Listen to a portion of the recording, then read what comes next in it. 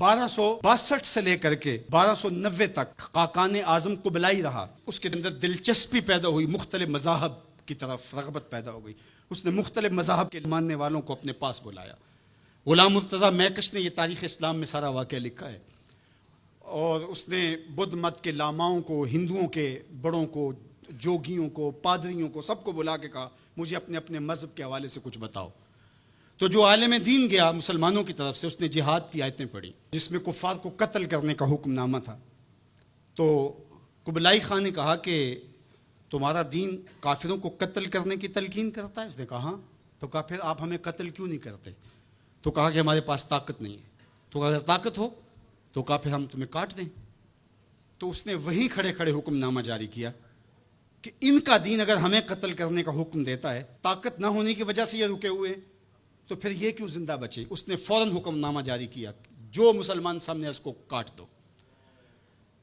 مسلمان گاجر مولی کی طرح کٹنے لگے. یہ کلمہ حق کہہ کے آیا تھا وہاں. اس دور کے صوفی بزرگ اور عالم شیخ جلال الدین علیہ رحمہ، پتہ چلا کہ یہ ایک عالم کی لغزش سے سب کچھ ہوا ہے. عالم کا پھسلنا عالم کا پھسلنا ہے. تو گئے جا کے بادشاہ کو کہا کہ بادشاہ کیا ماجرا ہوا؟ کہا تمہارا دین ہمیں قتل کرنے کا کہتا ہے اور ہمارے پاس طاقت ہے، پھر ہم آپ کو کیوں چھوڑے؟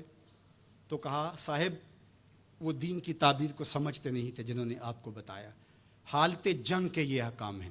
عام دنوں کے اندر تو اسلام یہ نہیں کہتا، اور حالت جنگ کے اندر آپ بتائیے کون کسی کو چھوڑتا ہے؟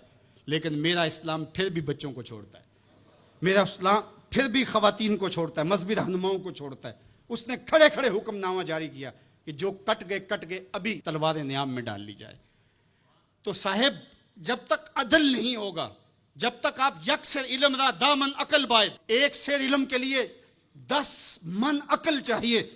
اگر آپ ترازو کے دونوں پلڑے برابر نہیں رکھ سکتے تو تمہیں تولنے کے لیے بٹھایا کس نے؟ اقبال کہتے ہیں کہ تمہیں کیا خبر کتنے سفینے ڈبو دیے، تمہیں کیا خبر کتنے سفینے ڈبو دیے، صوفیے ملا کی کم اندیشی نے کتنے گھر اجاڑے اور امت کو کہاں سے کھڑا کر دیا.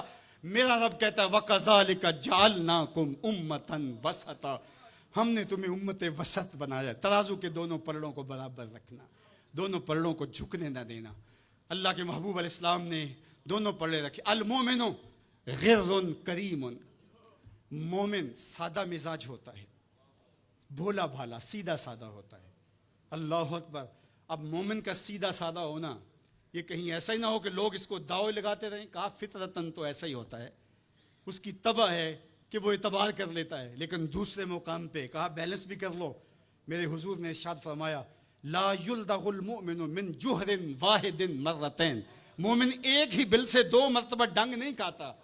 اگرچہ وہ چالاک نہیں ہے لیکن زیرک ضرور ہے، اگرچہ وہ مکار نہیں ہے لیکن بصیرت کا نور اللہ نے اس کے سینے میں رکھا ہے. کہا اس کی فراست قلبی سے ڈرو، وہ اللہ کے دیے ہوئے نور سے دیکھتا ہے.